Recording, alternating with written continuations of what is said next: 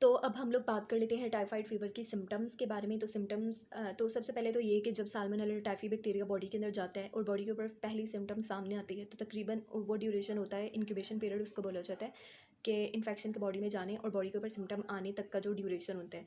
तो salmonella typhi का जो इंक्यूबेशन पीरियड होता है वो तकरीबन 7 से 14 डेज़ का होता है, या फिर 6 से 30 डेज़ का होता है। अब वीक 1 जो होता है ना, उसमें ग्रेजुअल ऑनसेट होता है, आहिस्ता आहिस्ता से सिम्टम्स सामने आना शुरू होती हैं। तो step ladder fever, step ladder fever का मतलब ये होता है कि फ़ीवर जो होता है ना वो अचानक से नहीं तेज़ हो जाता, बल्कि डेली का 1 डिग्री सेल्सियस बढ़ता है। जैसे कि अगर एक सीढ़ी लगी हुई है और उसके ऊपर हम रोज़ाना एक स्टेप चढ़ें, तो इसी तरह से मॉर्निंग में पेशेंट बिल्कुल ठीक होता है, लेकिन इवनिंग में उसको बुखार हो जाता है। इसी तरह फिर से दोबारा मॉर्निंग में ठीक हो जाता है, फिर इवनिंग में बुखार हो जाता है। तो पहले हफ्ते में तकरीबन यही चलता रहता है। सर दर्द भी उसको मुसलसल रहेगा, मुसलसल ना भी हो, कभी कभार हो, लेकिन सर दर्द उसको रहेगा।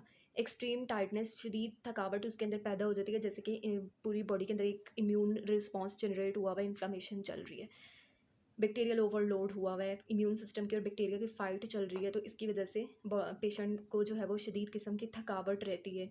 डाइजेस्टिव इश्यूज़ की अगर बात की जाए, निज़ाम हज़म की जो ख़राबियाँ उसके अंदर देखने को मिलती हैं वो ये होती है कि उसको पेट में हल्का हल्का सा दर्द रहेगा, गैस बनती रहेगी, हल्का सा डायरिया होगा, या फिर कॉन्स्टिपेशन। कॉन्स्टिपेशन भी इसलिए रहेगी क्योंकि पेयर पैचेस जो मैंने आपको बताया था कि उसमें इन्फ्लेम्ड हो जाते हैं, तो पेयर पैचेस इन्फ्लेम्ड होने के बाद फिर रास्ता तंग हो जाते हैं ना, तो इस वजह से जो है वो बोवल मूवमेंट्स जो होती हैं ना वो स्लो डाउन हो जाती हैं, तो कॉन्स्टिपेशन के भी चांसेस होते हैं।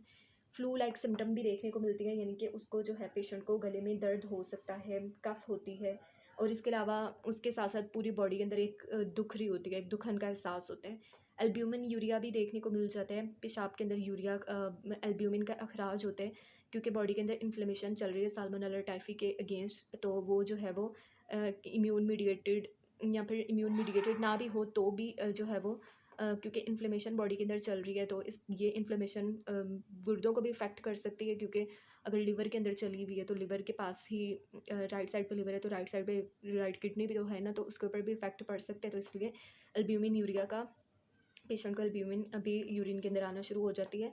एपिस्टेक्सिस यानी कि नाक से नक्सीर का आना, नाक से नक्सीर इसलिए आ जाती है क्योंकि पेशेंट को जो है वो डायरिया की कंडीशन पैदा हो गई है, तो पानी बहुत ज़्यादा बॉडी से चले जाता है, तो एक ड्राइनेस पैदा हो जाती है। तो ड्राइनेस यानी कि जब नाक की जो वो नाक के अंदर बहुत ज़्यादा ड्राइनेस म्यूकस मेम्ब्रेन्स में बढ़ जाएगी, या फिर वैसे ही इन्फ्लेमेशन की वजह से वेसल्स जो हैं वो भी मुतासिर हुई हुई हैं, तो फ्रेजिलिटी यानी कि बढ़ जाती है, तो इस वजह से फिर एपिस्टेक्सिस के भी चांसेस हो जाते हैं।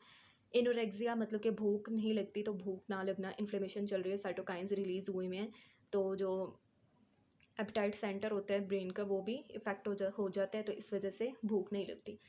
कोटेड टंग, टंग के ऊपर एक कोटिंग से आ जाती है, कोटेड टंग होती है, ये भी इन्फ्लेमेशन की वजह से। वीक 2 के सिम्टम्स को देखा जाए तो इसमें बीमारी जो है ना वो बढ़ती जा रही है। हाई सबस्टेंड फ़ीवर, यानी कि अब फ़ीवर उसको हो गया है और तकरीबन अब वो एक जैसा ही रहेगा। पहले स्टेप लैडर था, लेकिन अब जो है वो बरकरार रहेगा, एक तेज़ बुखार उसको हो जाता है जो बरकरार रहता है। रिलेटिव ब्रेडीकार्डिया, ब्रेडीकार्डिया का मतलब होता है दिल की धड़कन जो है नॉर्मल से कम हो जाती है। रिलेटिव का मतलब होता है, इसको फेजल साइन भी बोले जाते हैं। तो इसमें बेसिकली होता ये है कि नॉर्मल नॉर्मल फ़ीवर्स के अंदर ऐसा होता है कि जब हमें 1 डिग्री सेल्सियस फ़ीवर बढ़ता है ना, तो उसके साथ साथ हमारी जो बीट पर मिनट होती है ना वो भी इंक्रीज़ हो जाती है 10 की रेशो से। यानी कि अगर एवरेज पर्सन के अंदर जो है वो 80 बीट पर मिनट है, तो 1 डिग्री सेल्सियस इंक्रीज़ होने के साथ उसकी बीट क्या हो जाती है, 90 बीट पर मिनट हो जाएगी।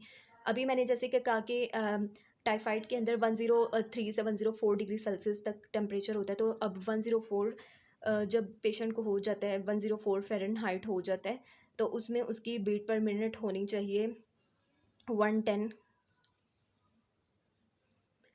इतनी होनी चाहिए। लेकिन टाइफाइड में ना फिर भी उसकी बीट पर मिनट होती है 80 टू 85, 80 टू 85 रहती है,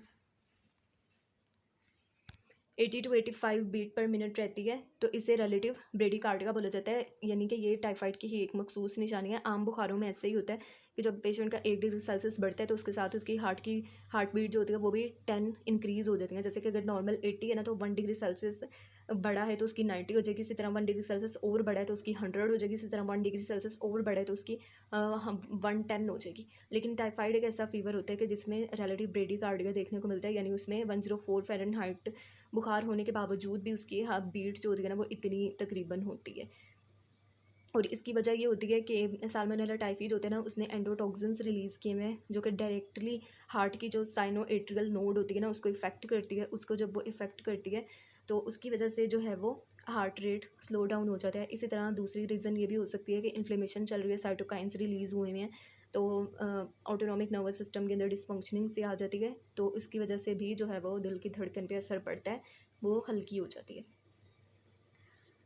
टॉक्सिक अपीयरेंस मतलब कि पेशेंट बहुत ज़्यादा बीमार अब नज़र आने लग जाता है, उसकी बॉडी के ऊपर रोज़ रैशेज़ आ जाते हैं जो कि 2 से 4 दिन के बाद भी 2 से 4 दिन तक रहते हैं, उसके बाद ठीक हो जाते हैं रोज़ रैशेज़।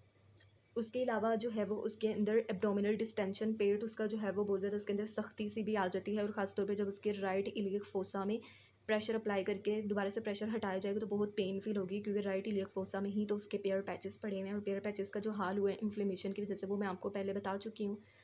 हिपैटोमेगैली का भी आपको बता चुकी हूँ कि जो है वो रेटिकुलो एंडोथेलियल सिस्टम में लिवर अपना रोल प्ले कर रहा है, कपवर सेल्स जो हैं उसका हाइपरप्लेसिया हो गया है, तो उसकी वजह से जो है वो टाइफाइड नोड्यूल्स बनी हैं, इन्फ्लेमेशन हो गई है, और हिपैटोमेगैली भी देखने को मिलती है।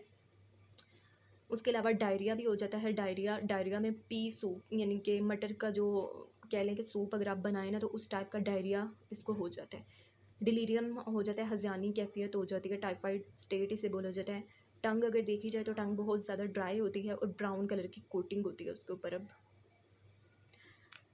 बात कर लेते हैं इसकी वीक 3 की सिम्टम्स क्या होती हैं। तो वीक 3 के सिम्टम्स के अंदर पेशेंट को जो है वो बहुत ज़्यादा डिहाइड्रेशन हो गई, क्योंकि डायरिया चल रहा है ना, पानी और स्वेटिंग भी ज़ाहिर सी बात है आए बहुत ज़्यादा हुई है। इसकी वजह से जो है वो उसकी बॉडी के अंदर डिहाइड्रेशन की कंडीशन पैदा हो जाती है। एमिसिएशन, अब कुछ खा पी तो रहा नहीं था, एनोरेक्सिया की वजह से बहुत ज़्यादा अब सूखापन उसके अंदर आ जाता है। एग्जॉस्शन, बहुत ज़्यादा पेशेंट एग्जॉस्टेड फील करता है इन्फ्लेमेशन की वजह से बॉडी में जो चल रही है। हाई फीवर भी होगा। टंग की अगर उसकी बात की जाए ना तो उसकी टंग अब ड्राई हो जाएगी, डिहाइड्रेशन की वजह से क्रैक्स उसके ऊपर पड़े हुए होंगे, ब्लैकिश होगी, और पेशेंट उसको बाहर नहीं रख पाएगा, यानी difficulty to put it out, उसके लिए बात करना भी मुश्किल होता है। इनवॉलेंट्रीली उसके जो स्टूल एंड यूरिन है ना वो अपने आप खारिज होने लग जाते हैं। कॉम्प्लिकेशंस भी देखने को मिल जाती हैं, जैसे कि intestinal ulceration and perforation, GIT में ब्लीडिंग होने का खतरा होता है। दूसरे इन्फेक्शंस भी हो सकते हैं, जैसे कि नमोनिया हो सकता है, सेप्सिस हो सकता है, इंसेफ्लाइटिस, क्योंकि अब इम्यूनिटी भी बहुत ही वीक हो चुकी है।